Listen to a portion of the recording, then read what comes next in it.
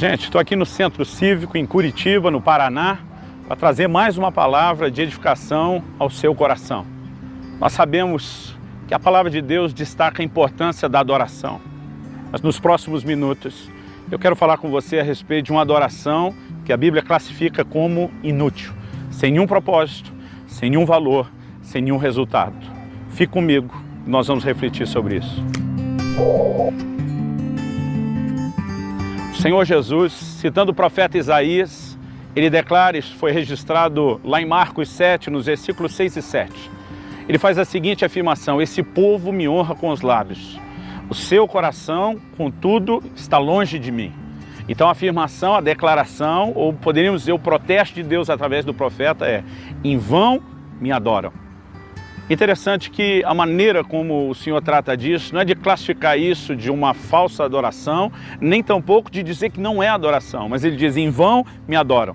Deus reconhece aquilo como adoração, mas ele classifica como uma adoração vã, como uma adoração inútil, como uma adoração que não cumpre o seu propósito. E é o que eu e você precisamos entender, é que em relação ao chamado de Deus para as nossas vidas, para o adorarmos, Satanás, o grande inimigo não apenas de Deus, o nosso adversário e opositor, ele quando primeiro percebe a nossa inclinação à adoração, ele vai tentar nos impedir de adorar. Mas quando ele não consegue nos impedir de adorar, a sua estratégia se concentra em tentar anular a nossa adoração, para que mesmo que a gente prossiga, avance com a ideia de adorar, ela não cumpra o seu propósito. E um bom exemplo dessa classificação de uma adoração inútil, que ele tenta impedir e quando não impedir, então tenta anular, pode ser vista numa tipologia interessante. A palavra de Deus diz que Moisés vai até Faraó com uma mensagem muito clara. A mensagem é: deixa meu povo ir para que me adore. Por trás desse cenário nós temos uma figura de redenção. A saída da nação de Israel do Egito é uma figura de redenção. Podemos olhar para Faraó como uma figura de Satanás que oprimia e escravizava o povo que veio a ser o povo de Deus. Assim como eu e você, antes do encontro com Cristo, Colossenses 1,13 diz que Deus nos arrancou do império das trevas. Nós também éramos escravos, nós também estávamos debaixo da tirania de Satanás, e o que fez o povo sair do Egito foi aquela noite em que a Páscoa foi celebrada, o sangue do Cordeiro da Páscoa foi derramado. Paulo, quando escreve aos Coríntios, chama Jesus de o nosso Cordeiro Pascal. Todas as figuras estabelecem um paralelo. Por exemplo, quando a nação de Israel saiu do Egito e vão ao Monte Sinai, a declaração que Deus faz sobre eles lá é a mesma declaração que o apóstolo Pedro faz sobre nós, em 1 de Pedro 2,9, quando ele diz: vós sois a nação santa, a geração eleita, o sacerdócio real, o povo de propriedade exclusiva de Deus. Então eu quero tomar esse paralelo. Quando Moisés chega com a mensagem: deixa meu povo ir para que me adore, ele mostra que o propósito da redenção não é apenas nos tirar da escravidão, mas nos levar a um lugar de comunhão e de intimidade com Deus. Nós podemos perceber que a aplicação da redenção no sentido espiritual para nós não é diferente. A Bíblia fala a respeito de Zacarias, o pai de João Batista, o sacerdote, que cheio do Espírito Santo profetizou. E a declaração dele foi: para que, libertos das mãos dos nossos inimigos, o adorássemos em santidade e justiça todos os nossos dias. Na hora de falar da redenção que o Messias trazia, ele também mostra que o propósito, o desfecho final é a adoração. E como adoração não fala apenas de um culto que prestamos, eu falo daquele lugar de comunhão, de intimidade com Deus. Bom, vamos às figuras. Quando Moisés, em Êxodo 5, chega a Faraó com a mensagem: deixa meu povo ir para que me adore, a primeira atitude de Faraó é se colocar contra. Ele diz: esse povo, na verdade, deve estar muito ocioso para estar pensando em adoração. Ele diz: vamos sobrecarregá-los de trabalho. Ele dobra a carga de trabalho. Ele diz para que eles não tenham tempo de pensar em adoração. A primeira atitude é: vamos dissuadi-los dessa ideia. No entanto, quando ele não foi bem sucedido, mesmo porque nem Moisés nem o povo voltam atrás, ele começa a oferecer a Moisés algumas contrapropostas. Nós temos ali, tanto de Êxodo 8 até o capítulo 10, nós temos 4 contrapropostas, por assim dizer, que Faraó fez a Moisés. Na primeira delas, ele diz a Moisés: para que sair do Egito? Adora aqui mesmo. Interessante que o Egito é uma figura do mundo e de um lugar de pecado. Mas, obviamente, Moisés recusa a contraproposta de Faraó. Ele diz: nós não vamos fazer isso no Egito. Na verdade, permanecer no Egito significava permanecer escravos. E a adoração não é para escravos, a adoração é para livres. Mas, na verdade, essa proposta de não sair do Egito, para nós, tem uma aplicação espiritual muito forte. Gálatas 1,4 diz que Jesus se deu a si mesmo, não apenas para nos resgatar, não apenas para perdoar os nossos pecados, mas a Bíblia diz, mas para nos desarraigar desse mundo perverso. Andar com Deus significa separar-se do mundo, significa ter que sair do Egito.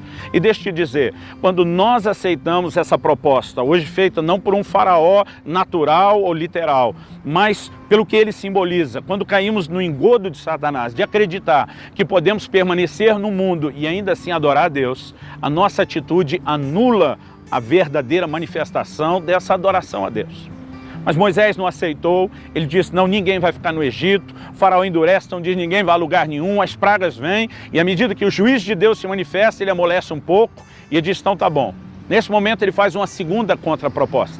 Qual era a segunda contraproposta? Ele diz, vocês podem até sair do Egito, mas ele diz, só não vão muito longe. Em outras palavras, ele está dizendo, olha, tudo bem, pode até sair, mas não vamos romper por completo.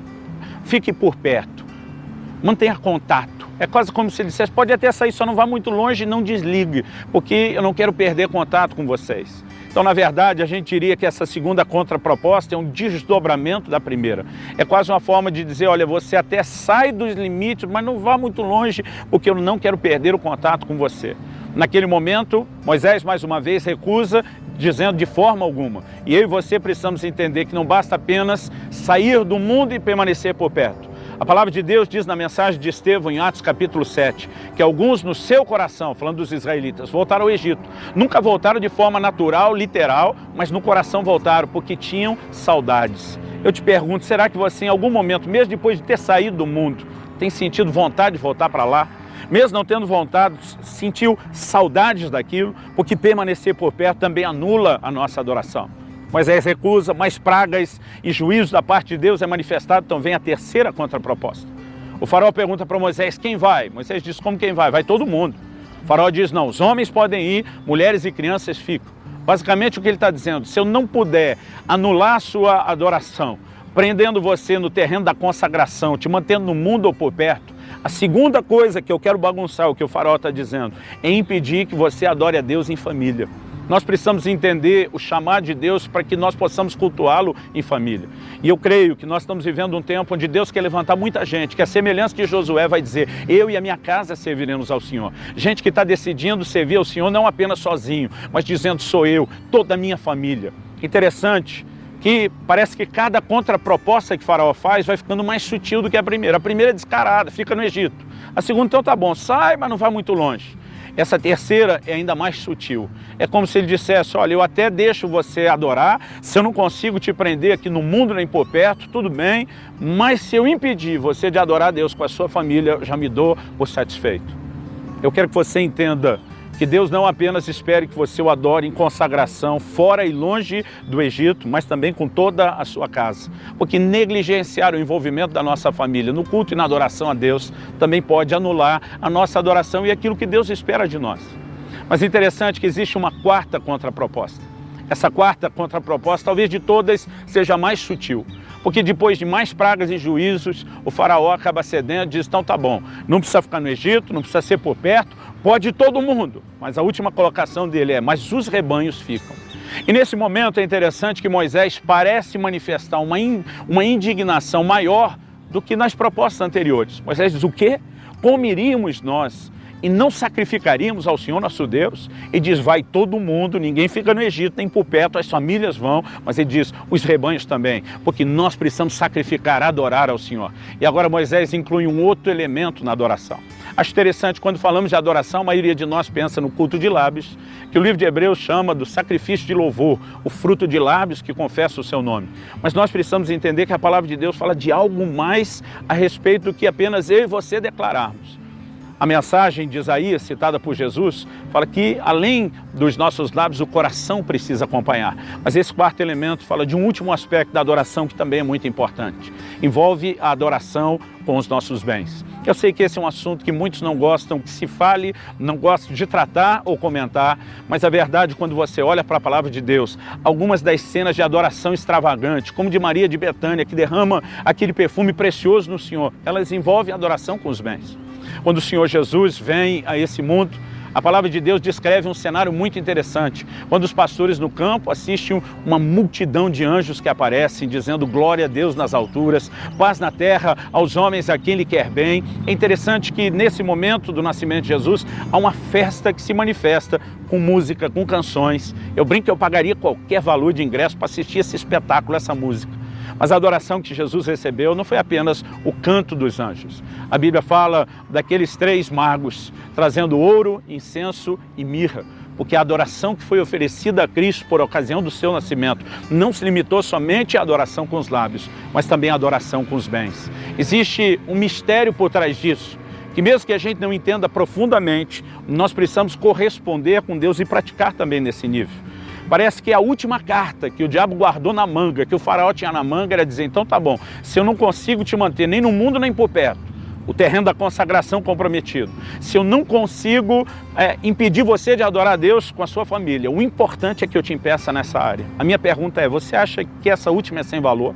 A ponto do inimigo, em outras palavras, está dizendo, eu desisto de brigar pela sua consagração, eu deixo sua família em paz, desde que eu te impeça de adorar a Deus com os seus bens. Eu acredito que isso é mais sério do que a gente tem compreendido, mas que Deus nos dê graça para corresponder em todos esses níveis, para que a nossa adoração em momento algum seja anulada. Que você prossiga não apenas adorando a Deus, mas com adoração útil, que cumpra o seu propósito, que não é anulada pelas artimanhas do diabo. Essa é a minha oração, é o meu desejo sincero, em nome de Jesus. Que o Senhor te abençoe.